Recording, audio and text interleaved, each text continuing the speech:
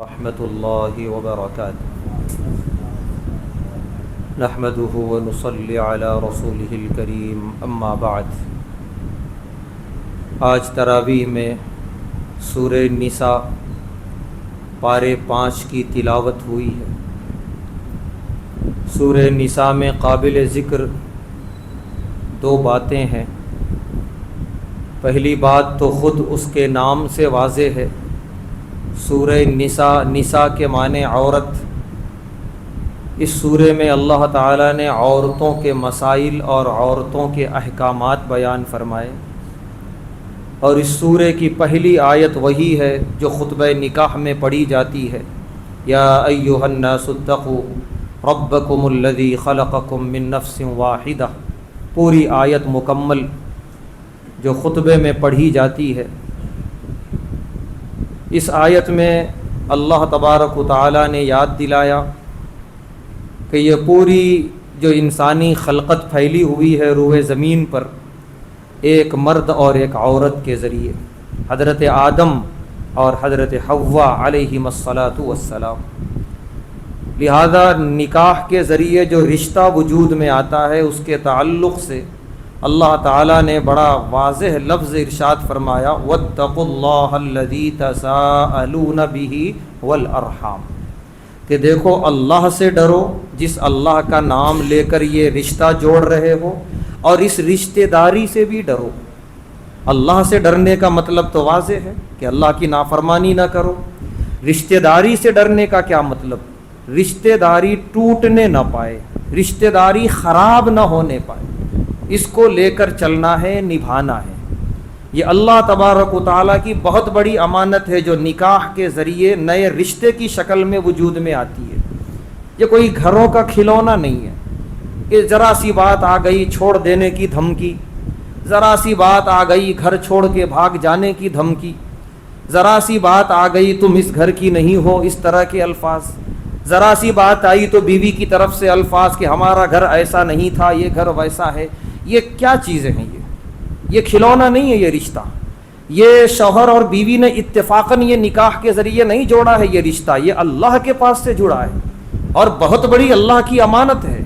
ہرگز یہ نہ کہیں یا نہ سوچیں کہ یہ تمہارا نہیں ہے، وہ میرا نہیں ہے۔ دونوں مل کے اب ایک ہو گئے ہیں، اب دونوں کی زندگی ایک زندگی ہے، دونوں کی زندگیوں میں آنے والی مصیبتیں پریشانیاں دونوں کی ہیں۔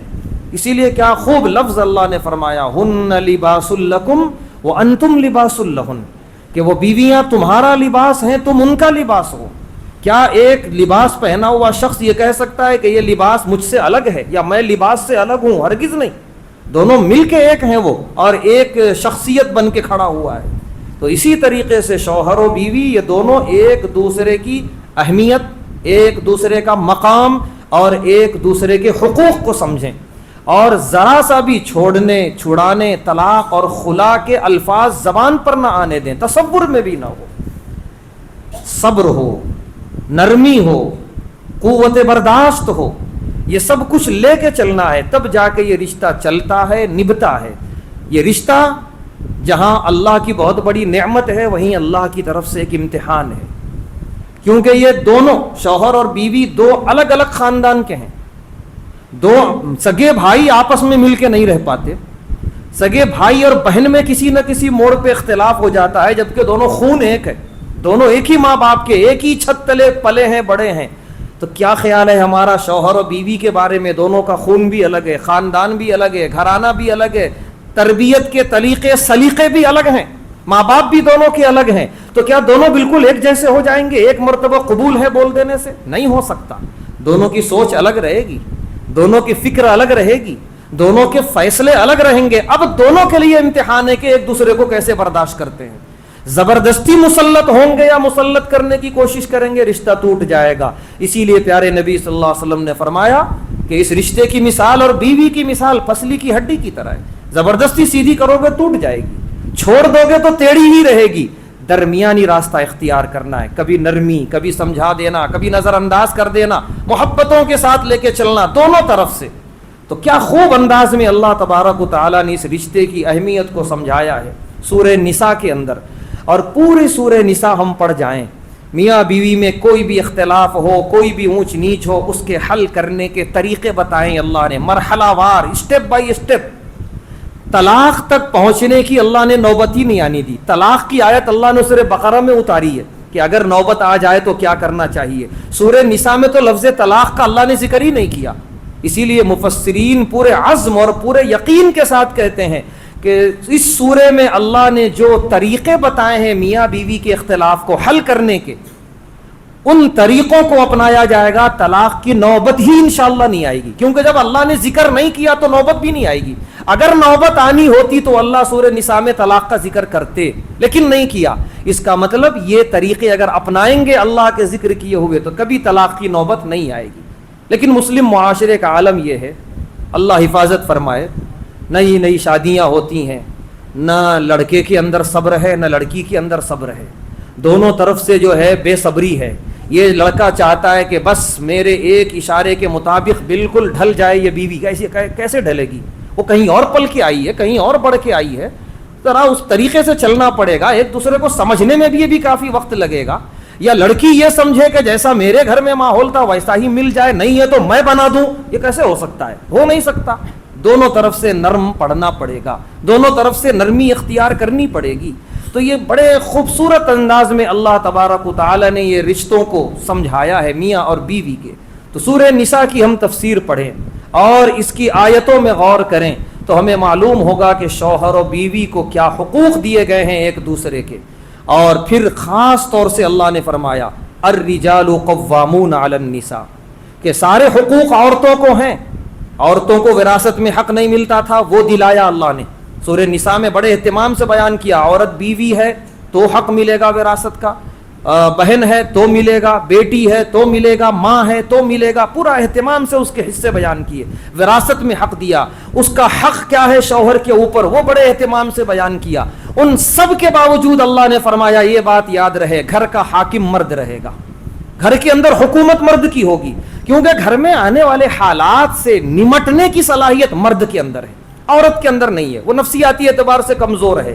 اسی لیے کسی گھر کے اندر خامخواہ کا کوئی عورت حاکم بننا چاہ رہی ہے، مرد کو دبا کے رکھنا چاہ رہی، اس کو فیصلے کے اختیارات نہیں دے رہی، غلط ہے، یہ خلاف شریعت ہے۔ بلکہ پیارے نبی صلی اللہ علیہ وسلم نے فرمایا کہ جہاں عورت کی حکومت وہاں برکت ختم۔ اسی لیے حاکم مرد رہے گا، خوب اچھی طریقے سے یاد رکھیں، بے شک مشورہ دیں عورتیں، ضرور حصہ لیں مشوروں میں، لیکن فیصلہ کرنے کا حق مرد کو رہے گا۔ وَبِمَا أَنفَقُوا مِنْ أَمْوَالِهِمْ، اس وجہ سے کہ وہ محنت کرتا ہے، گھر کے باہر در در کی ٹھوکریں کھاتا ہے، اپنی عزتیں گروی رکھاتا ہے، بیوی بچوں کو کھلانے کے لیے 2 وقت۔ اگر اس کو صرف اپنے پیٹ کا مسئلہ ہو تو کبھی ان دروں پہ نہ جائے جہاں چلا جاتا ہے بیچارہ، صرف اپنے بیوی اور بچوں کی صورتوں کو دیکھ کر، ان کے پیٹ کے لیے، تو یہ کوئی معمولی قربانی نہیں ہے۔ لہذا اس قربانی کی وجہ سے حاکم مرد ہوگا، اور مرد اور شوہر کا درجہ اتنا بڑا، پیارے نبی صلی اللہ علیہ وسلم نے فرمایا اگر میں کسی کو حکم دیتا غیر اللہ کو سجدہ کرنے کا تو میں بیویوں سے کہتا شوہروں کو سجدہ کرو، اتنا بڑا مقام ہے شوہر کا۔ تو ایک طرف اللہ نے عورتوں کو حقوق دیے، ان کے سلسلے میں شوہروں کو خبردار کیا، دوسری طرف شوہروں کا بھی مقام اور مرتبہ بیان کر دیا بیویوں کے سامنے۔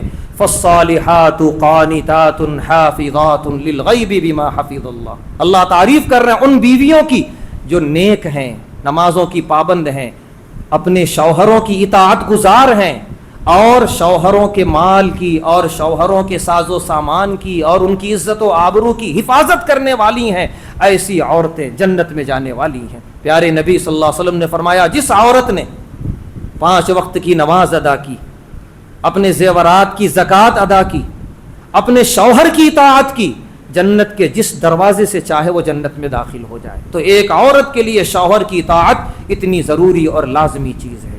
آخری بات بیان کر کے میں اپنی بات ختم کرتا ہوں۔